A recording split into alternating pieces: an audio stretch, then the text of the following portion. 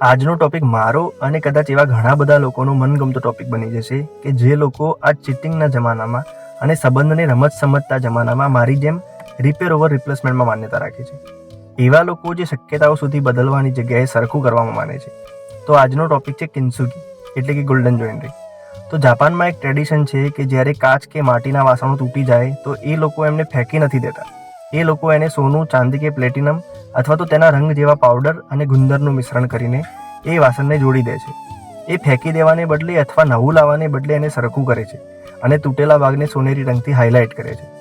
વાબી સાબીના મૂળ સિદ્ધાંત પર એ લોકોની ફિલોસોફી એવી છે કે સુંદરતા લોકોના ઇનપરફેક્શનમાં જ છે.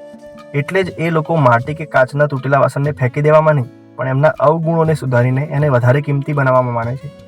જે સમયમાં સંબંધો ડિસ્પોઝેબલ લાગવા લાગ્યા છે, ત્યાં કિન્સુગી આપણને શીખવે છે કે બધું બદલવાની નહીં, કેટલીક વસ્તુઓ સાચવવાની હોય છે. સુંદરતા સંપૂર્ણમાં નથી, પણ સુધારેલી તૂટણમાં છે. આજના આવા કપરા સમયમાં જ્યારે સાચે સંબંધોનું મહત્વ ઓછું થઈ રહ્યું છે, એ સમયમાં તમારું શું કહેવું છે મારી આ વાત પર? કમેન્ટમાં તમારા મંતવ્ય જરૂરથી જણાવજો.